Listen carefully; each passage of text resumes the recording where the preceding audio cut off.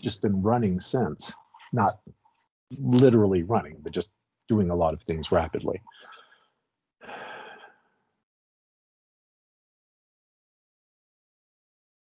Okay, before we start talking more about police work and how psychologists and police work together, what questions do you all have about the course, about what's coming up? Oh, I have a question actually. Kelly, can you and I chat publicly here for a second? Sure. Okay, would you be so kind? I know you're super busy. Would you be so kind and go through and start vetting the final exam questions? Because I've taught this class so many times, I can't remember if I've covered all of the questions, because I think I have, but I don't know if it was this semester or last semester or last year. Does that make sense? Sure. And so would you start poking through, and let's make sure that we're only asking our colleagues here questions that we've actually discussed or in the reading materials, okay? Sure. Yeah, Okay, thank you. Thank you so much. I owe you so much barbecue. Holy cow. Okay. So other questions?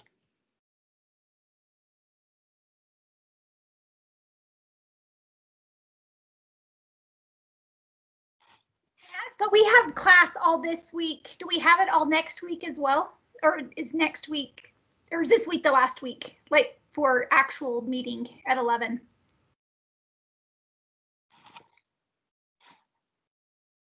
Okay, Julie, I just asked that in the last class, and Leilani mentioned that the last day of class was the 18th. I think she may have meant the last day of the semester, because I remember feeling mild anxiety looking at how much we have left to cover and how many class days, and they're not proportionate. It seems like we have fewer class meetings than I have material. Okay, it looks like our last day together is Friday the 11th. Is the last day we'll hang out in this format. Okay, I did not write down on this calendar when your final exam is for this class. Would anybody happen to know off the top of their heads? I think it's by the 18th. Okay, is it on the 18th proper, or? I thought we could take it anytime up to that, but now I'm not. Yes, of course. No, Julie, you're right, because this is an online class. So, sorry, in-person classes, we are required as faculty by policy to have an exam during a particular discrete time, and that all students have to take that exam within that window, right? But I think with an online class, I think that gives us a lot of freedom. So Kelly, would you open the exam up at the beginning of the final exam period after the reading days, and then to end at the very end of the final exam period? Yeah, it actually says it's available from December 11th until December 18th. Perfect. It's already there. Thank you, Julie, for reminding me. I appreciate it. Okay. So other questions about what's coming up, what's going on?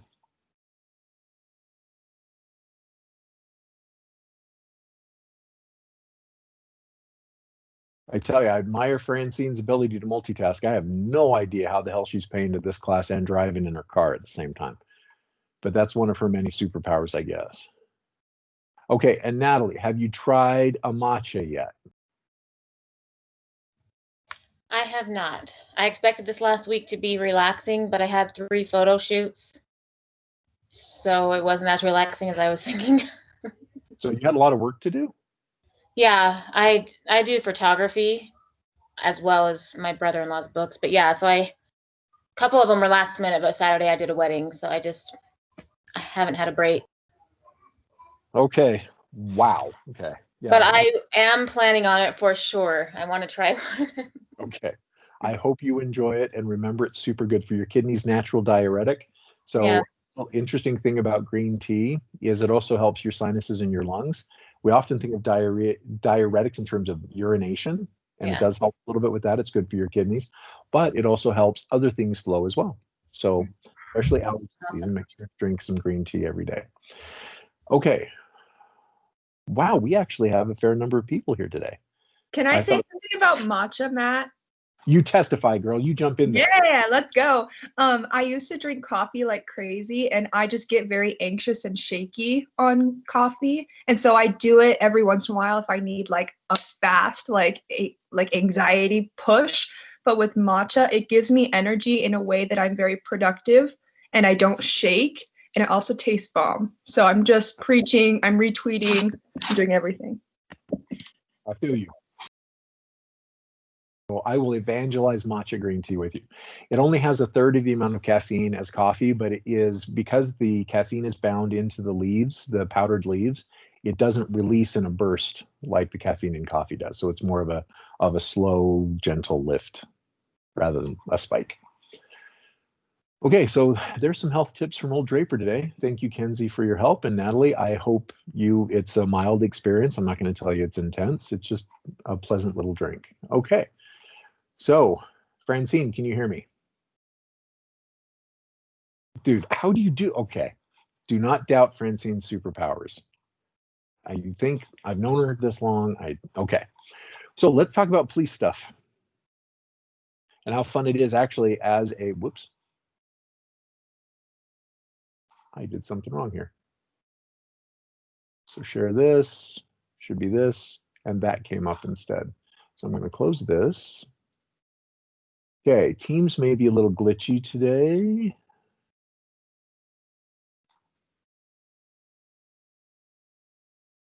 So I'm going to do it this way. How many ways are there to skin a cat? Oh my gosh, all the ways. Okay. Natalie, while I've got you here, can you see my notes? Now I can, yes. I was looking at, there was some sort of dog statue or something. Oh, see, that's Meow Wolf.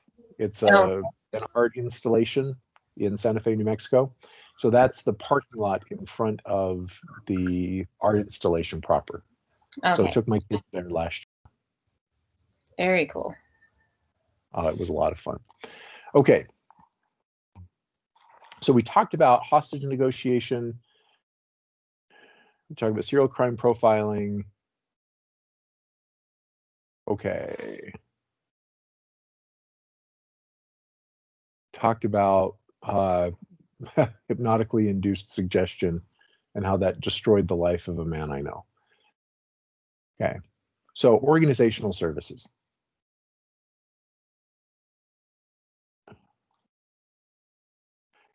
This is how I've gotten most involved in police work, is through lending a hand.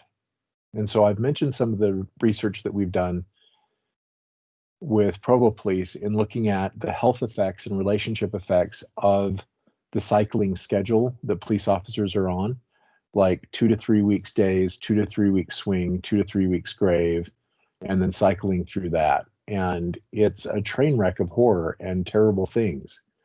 It does. Sorry, Matt. Yeah. I'm still seeing the wolf. I don't know if we're supposed to be seeing your notes. And I don't know if I'm the only one, but. Huh. You still see this guy, huh? Yep. Am I the only one, or is everybody else seeing your notes? I seen the notes, and then when he switched back to the wolf, that's when I seen the wolf. Yeah, I saw the notes for about 5 seconds, but. Huh. How about now? I see the notes on my side. Okay, Natalie?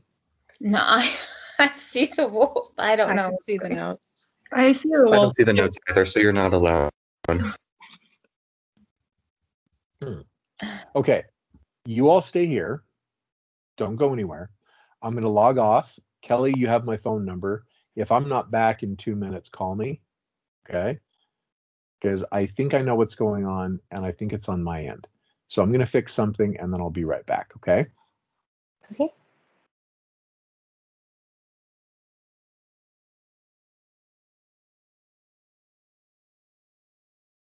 Strange. Well, how was everybody's Thanksgiving break? Did anybody do anything fun? Had all my kids over. It was fun. How about you? It was good. Very chill. Just Yeah. dinner with family. Were you seeing notes too, and not the wolf? Yeah, I was seeing the notes. That's so weird. Yeah. I'm like, that's a really cool picture, but I think I'm supposed to be seeing the notes. Okay, Let's let's see if we can get it to work again. Okay. So I fixed something. Let's see if the fix actually took. Okay. Natalie, what do you see? I see the notes. Okay. Does anybody see something other than the notes?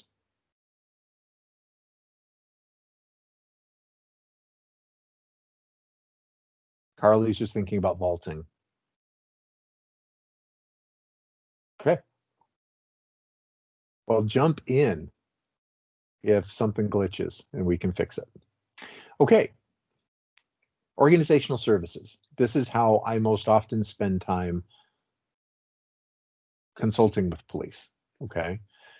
So we were talking about the research earlier in this unit that we've done, like measuring the psychological, physical, and relational effects of rotating shifts, of having day shifts for a couple of weeks and then swing shifts for a couple of weeks, and then night shifts for a couple of weeks. And it's bad. It's terrible for mental, physical health. It's stressful on relationships. And even with that data, many police departments insist on keeping that tradition going. And their rationale for that is often, well, this is the way we've always done it. And my response is, then why the hell did you waste my time and your money by hiring me to show you what you already knew, right? One of my favorite philosophers is a fellow by the name of Charles Taylor. And he once summarized the entire field of psychology as wordy elaborations of the obvious, meaning we assign a whole bunch of fancy psychology speak and we do it at length for something anybody can tell, which is rotating your sleep schedule like that every 3 weeks is a phenomenally bad idea, right? We just put fancy words to it. So when police psychologists were surveyed, they spent 37% of their time in therapy with police officers. Now, I've done some of this, but never through formal contract with a police department. It's always been police officers go, oh, Draper seems like a cool guy. He's a good shot. We can talk to him. So 32% in screening. And we talked about psychological assessment for police officers above and how important psychological assessments are for various roles that officers may undertake. 10% in organizational development, like who should be promoted, demoted, what the chain of command should be, and 9% in a combination of other activities, okay? What they don't mention is 50% of their time reading Reddit online. So these are for full time. So me being extremely part-time and only occasionally consulting with police, it's a little bit of therapy, and then it's a little bit of training, and then a little bit of organizational development through research. So another important role that you psychologists can play in working with the police is academy instruction. Okay, so Police Academy, as you all know, is a hilarious movie from the 1980s. On the serious side, Police Academy instruction is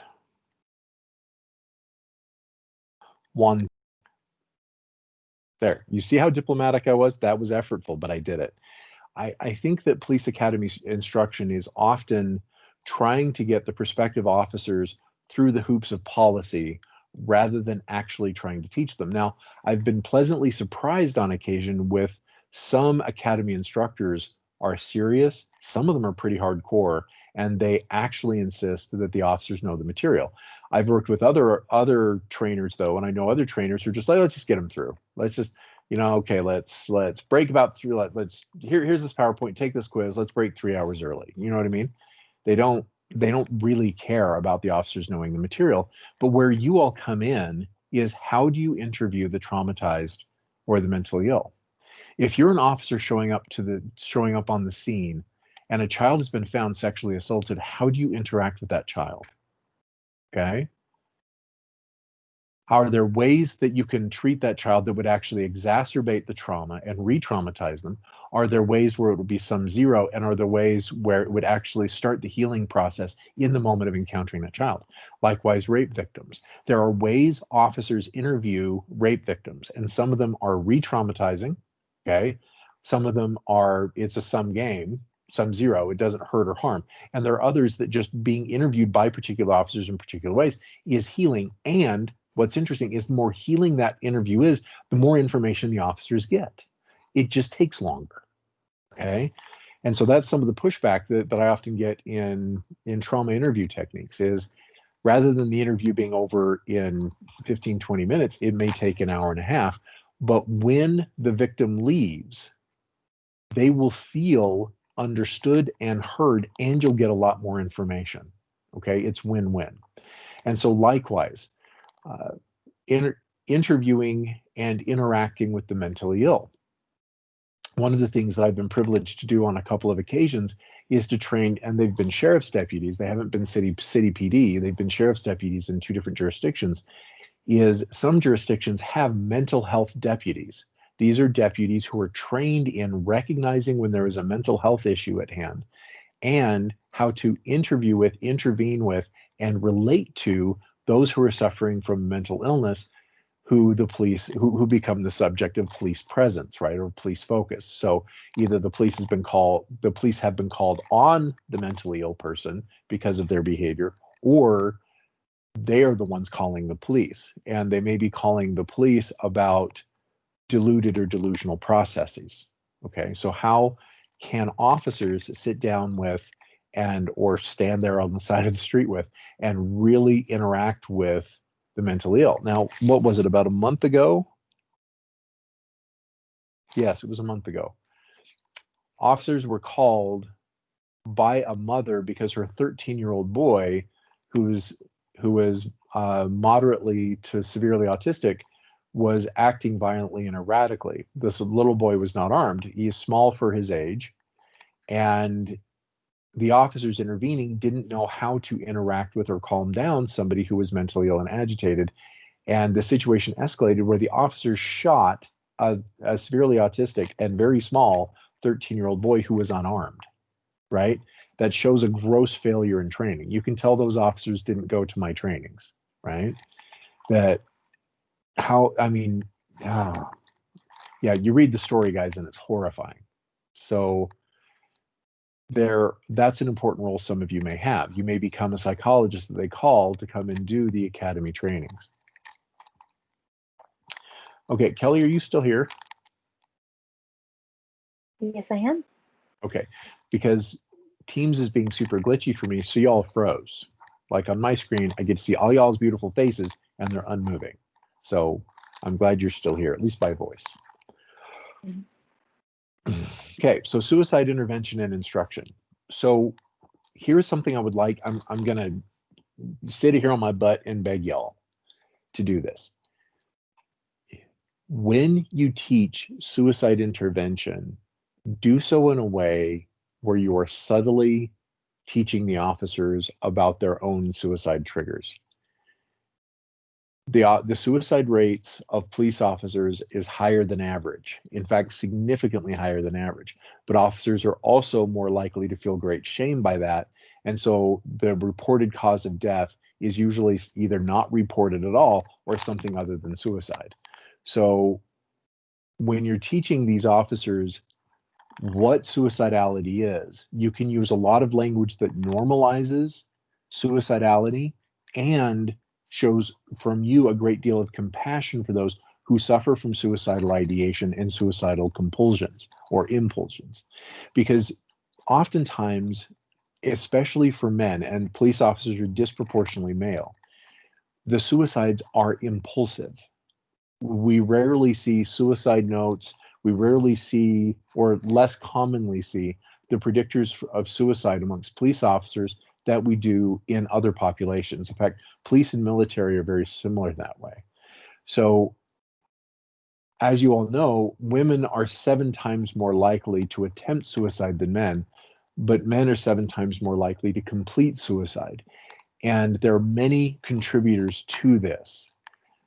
one of the main contributors is women often seek to connect in their suffering, and therefore there are always at least one or two other people involved when they are feeling suicidal who can then talk them down, or as they're taking their pills or cutting their arms, that they're reaching out to connect even though they feel they can't. And therefore there's opportunities for intervention, like emergency rooms, you know, clinical social workers, clinical psychologists, nurses, et cetera, to get involved.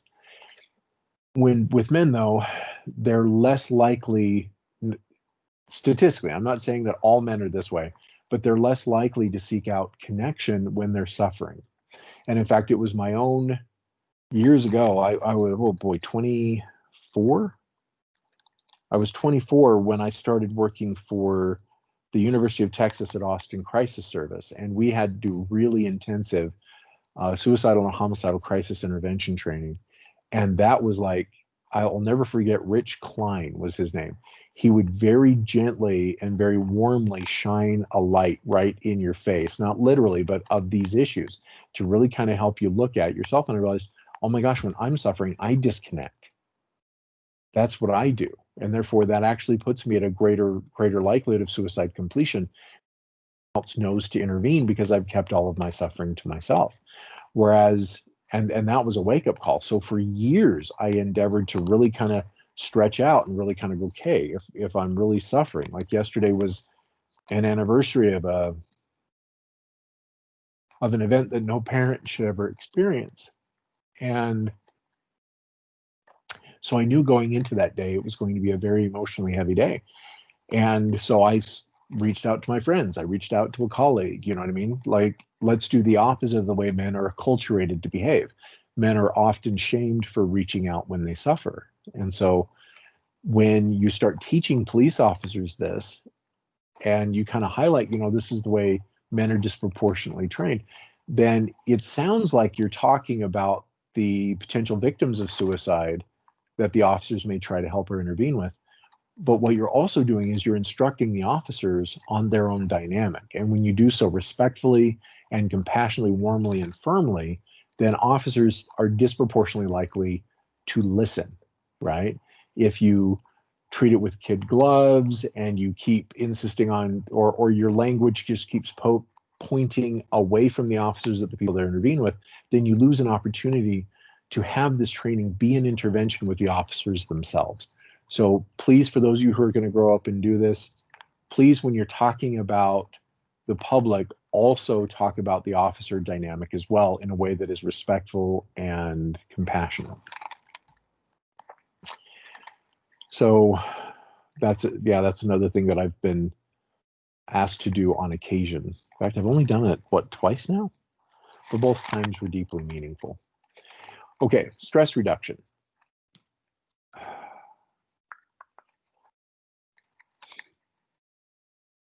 Here's an example of an intervention.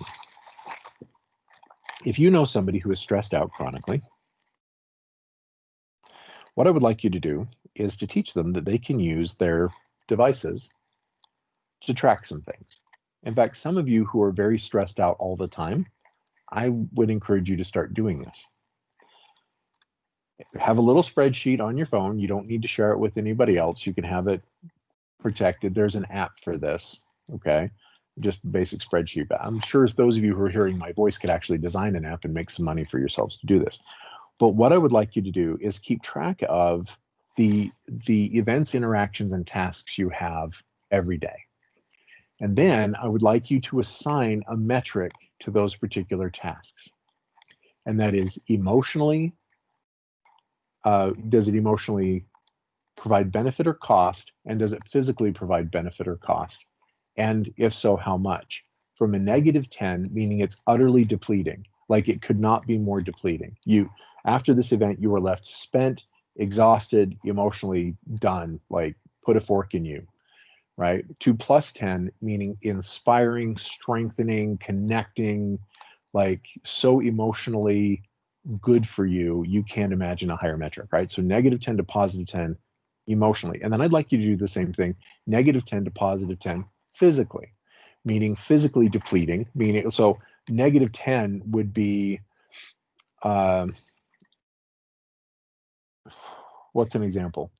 We were hiking high in the Uintas for 10 miles, and the weather suddenly changed, and we were caught in a snowstorm that none of us were adequately prepared for, and we ended up having to create, like, not caves, but like snow barriers around ourselves to protect ourselves from the wind.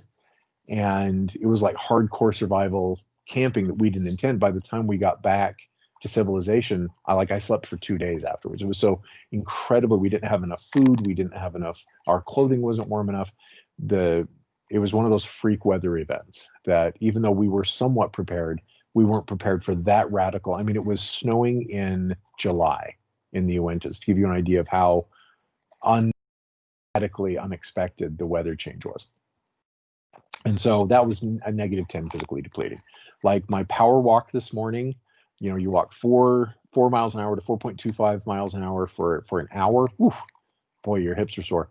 But that's like a -3 depleting in comparison, right? Whereas +8 was getting a nap the other day. I don't nap, but boy, I felt so good after I woke up from that nap. That would be +8 physical benefit. Okay, so I'm trying to give you a rough sense of what these metrics are, and you get to idiosyncratically figure it out for yourself.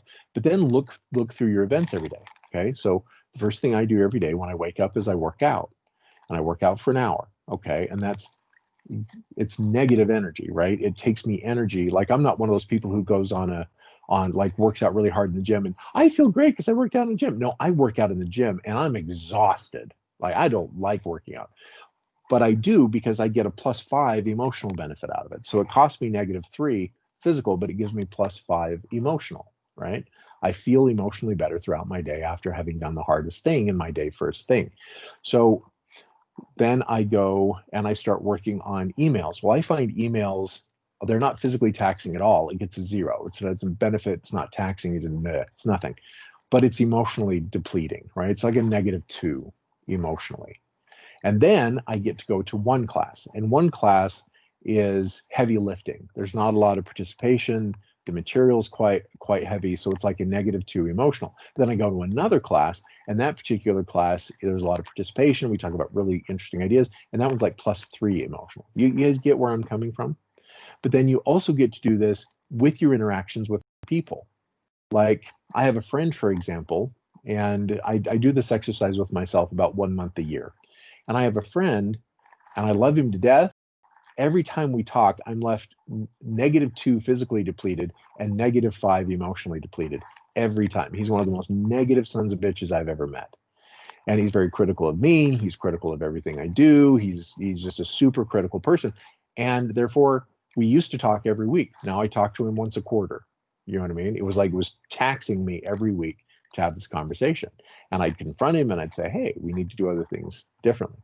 I tried to have a weekly meeting with a cousin of mine who's a stand-up comedian of whom I'm very fond. And he would bring over my uncle and his severely mentally ill brother, my cousin, but he would then use that as an opportunity to emotionally check out. And I would end up spending 4 hours on Wednesday nights babysitting his uncle and cousin when what I was trying to do was connect with him. And so again, we had a conversation about this. I'd say, I usually come home from work at the end of my day and I'm at -5 to -7 physically exhausted and often emotionally exhausted. So me having to generate extra energy to take care of your dad and your brother isn't what I had in mind. Now, if you need a break and you need me to babysit them, I'm happy to do that, but that needs to be what I'm doing, and we can't do it on Wednesday nights when I'm already tired. So he and I rescheduled all of that around, if that makes sense, okay? So the reason why I'm teaching you guys to do this is because when you start seeing patterns of the data, oh my gosh, Thursday nights used to be hang out with the girls' nights, but the dynamic of that group has changed. And so now I come home angry or exhausted. Then you get to decide, wow, that's been 4 weeks in a row. I wonder if I should keep doing this, right? Like, don't tell my current bishop this, but I do this with church.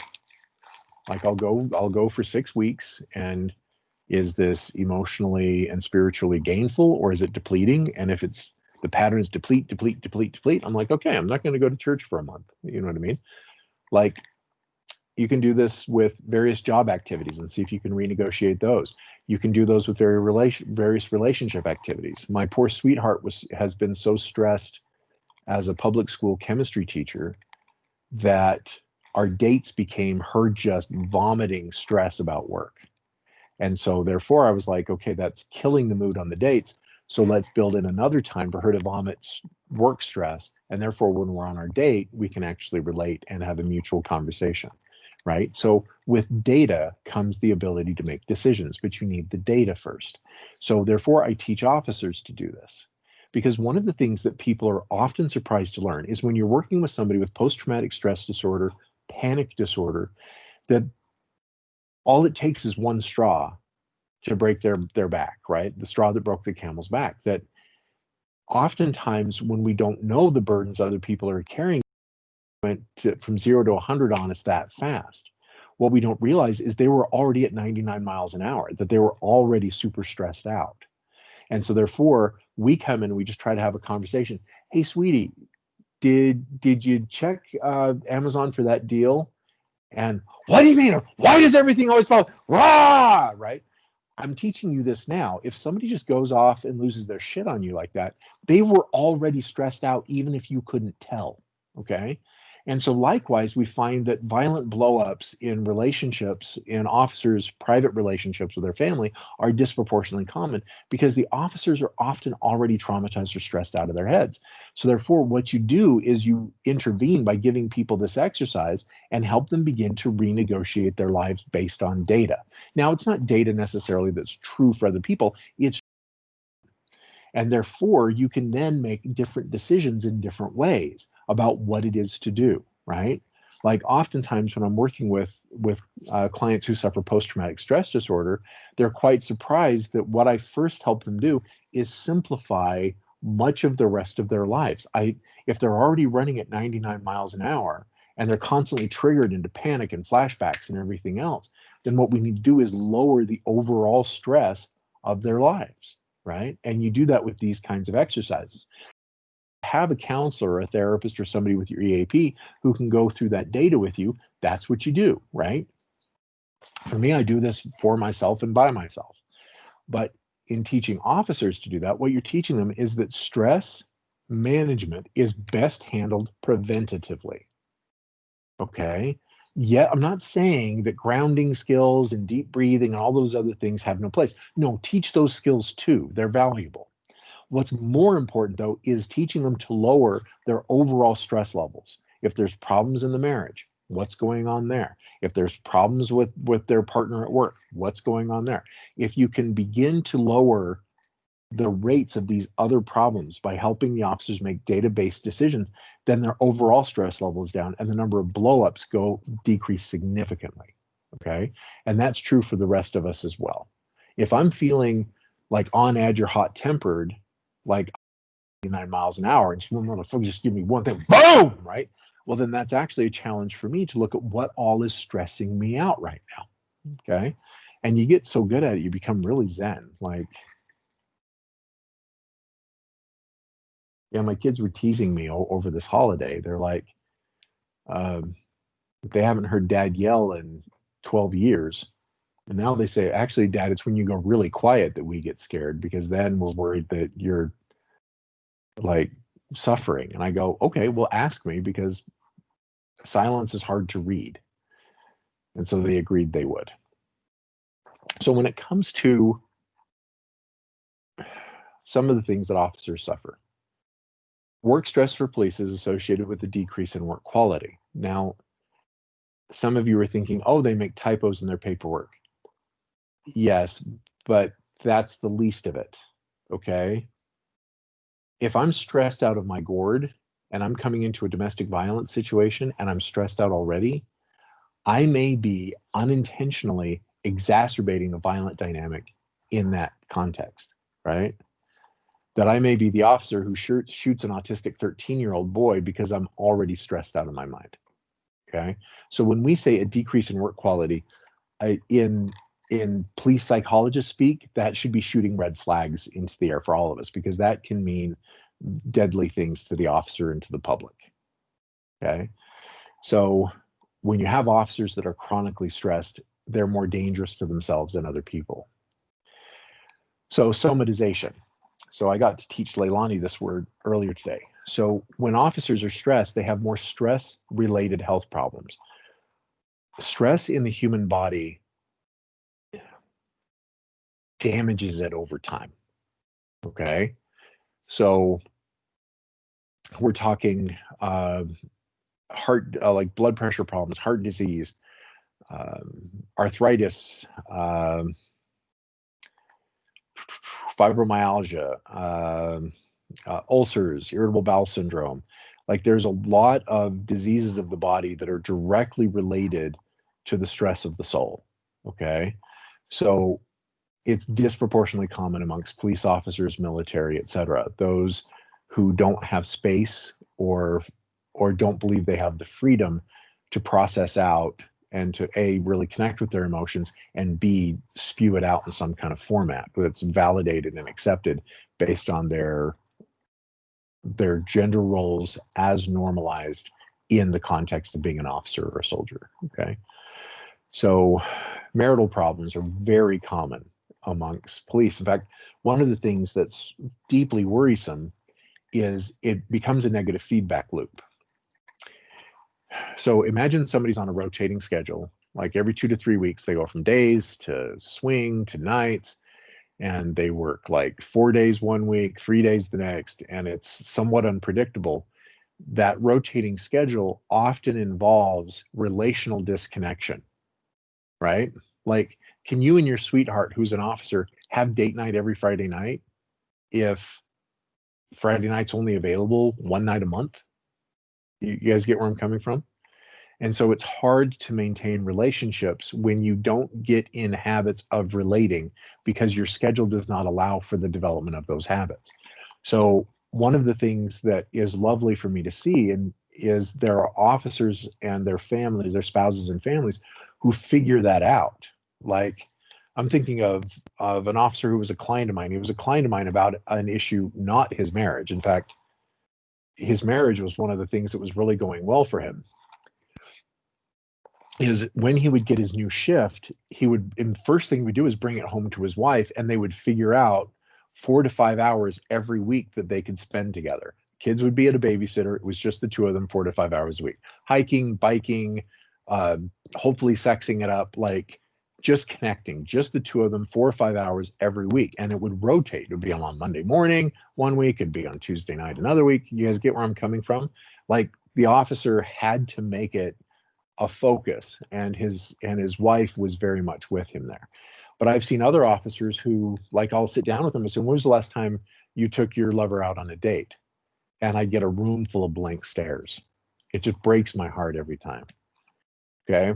Alcohol abuse is very common amongst police. Now, just between me and you, make sure nobody's listening, so is drug abuse.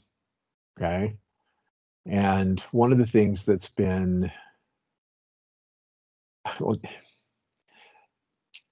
meaningful, but still worrisome, meaningful in the sense that various police precincts, especially in the Salt Lake area, have begun randomly drug testing the officers. And they literally, like, IA, Internal Affairs, will actually walk up to an officer and grab them and pull them in and have them urinate right in front of them. Like, it's a truly random UA.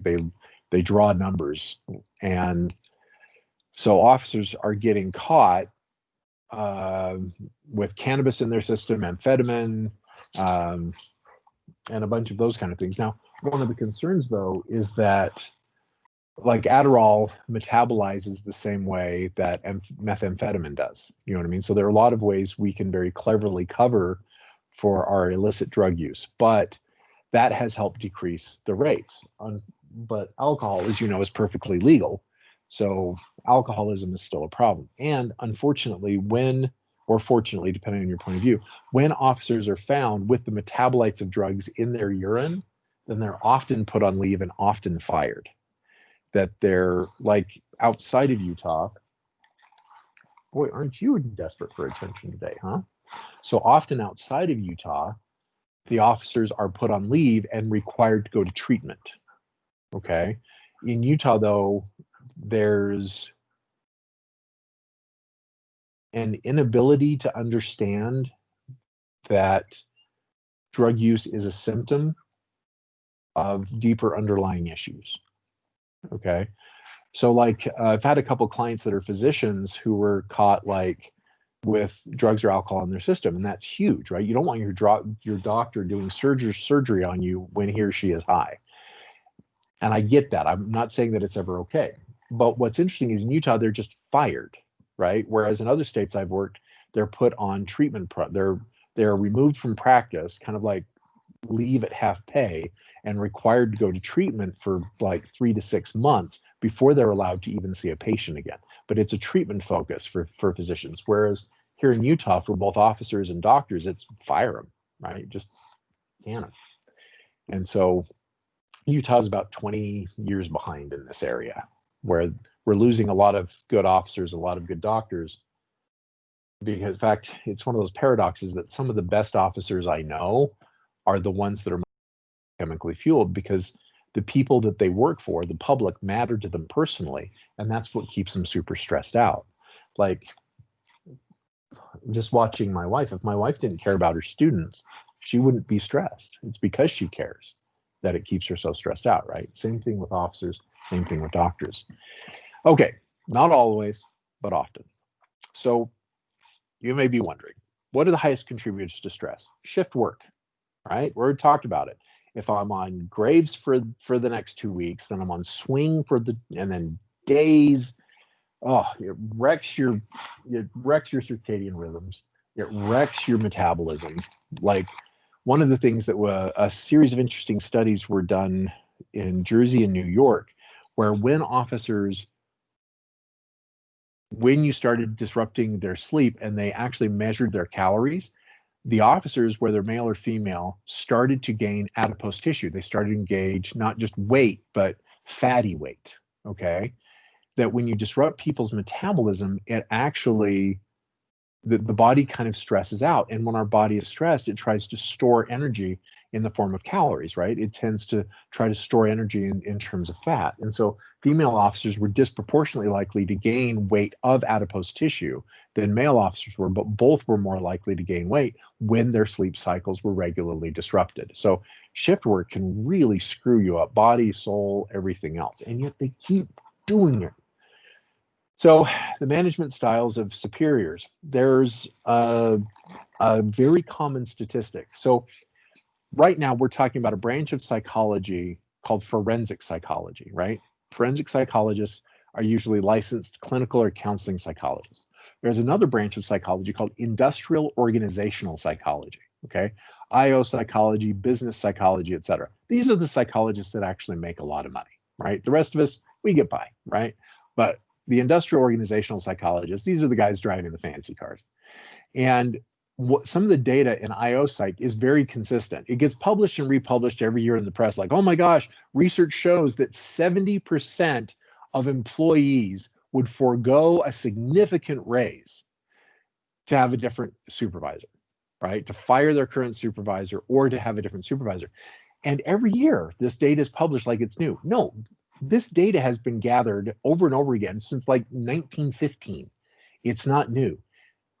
Your work satisfaction is so much more correlated with who you work with than the task you do, right? When officers are working for a superior officer they like and respect with other officers they like and respect, stress levels are 30% lower just on that one metric alone compared to other officers. It makes that big a difference, okay? And as you know, police work is an extremely stressful job. So working with people who you like and who respect and who like and respect you is huge. And so therefore, like I've had colleagues, et cetera, come up to me through the years and say, you know, I can't do this job. And I'll start talking to them about the job they do. And it's rarely about the job. It's most often who they work with. And so I'm like, well, don't quit being a teacher. Don't quit being a professor. Don't quit being a therapist. Don't, I mean, like, responsibly start looking for other work. And you may find that if you work with other people and for other people, it will change your stress level, hopefully for the better, because now you know more what to look for in terms of who will stress you out and won't. And so another, of course, we got to list this, is police work is very dangerous. And it's emotionally dangerous and it's physically dangerous. Emotionally dangerous in the sense that, like, a family member of mine was a police officer in a small town in Utah. In fact, there were only two. That he was basically the patrolman in this little city in Utah.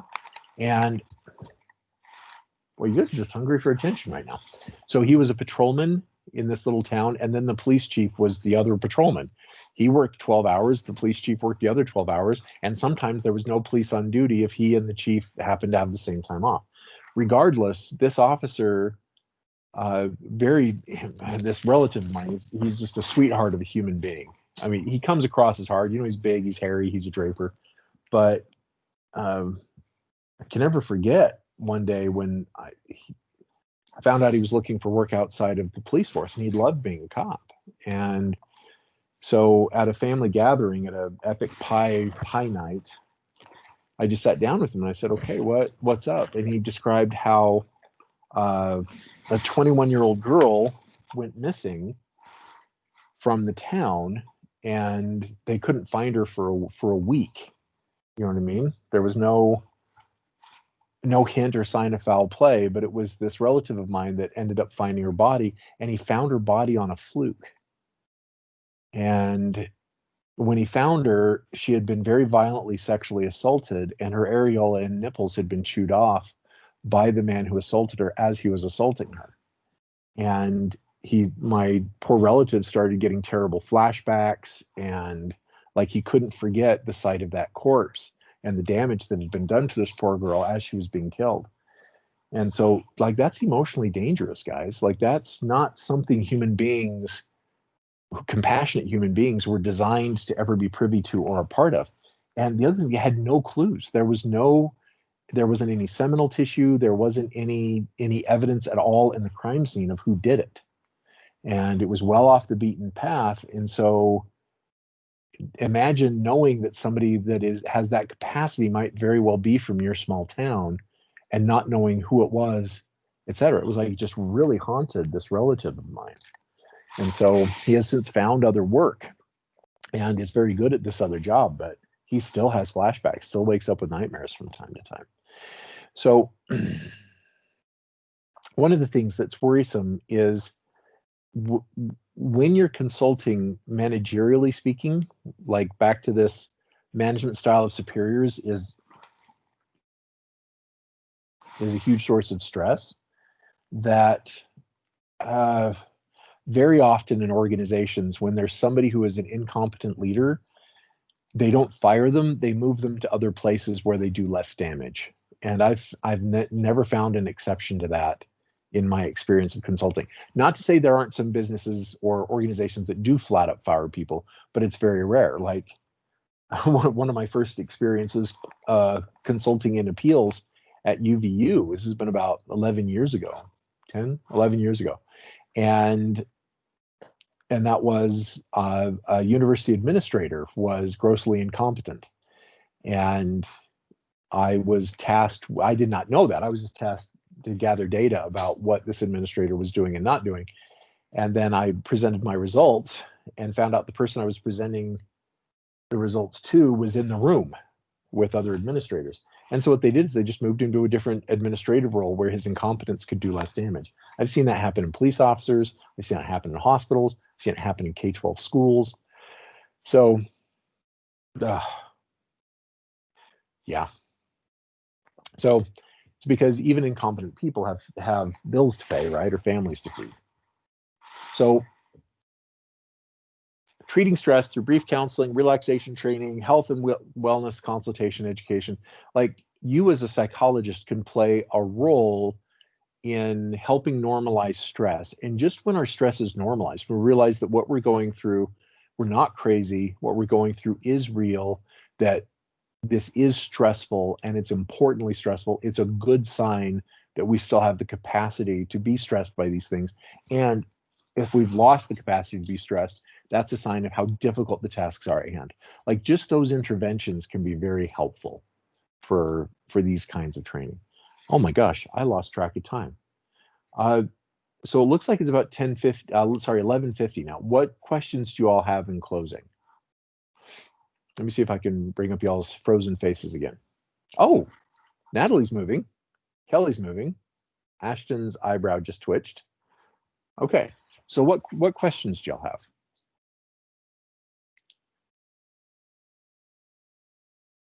Okay, is this increasing interest in police consultation or decreasing or staying the same?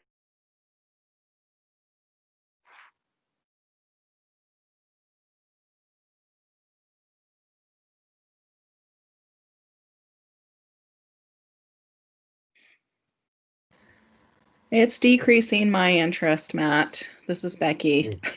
Hey, Becky.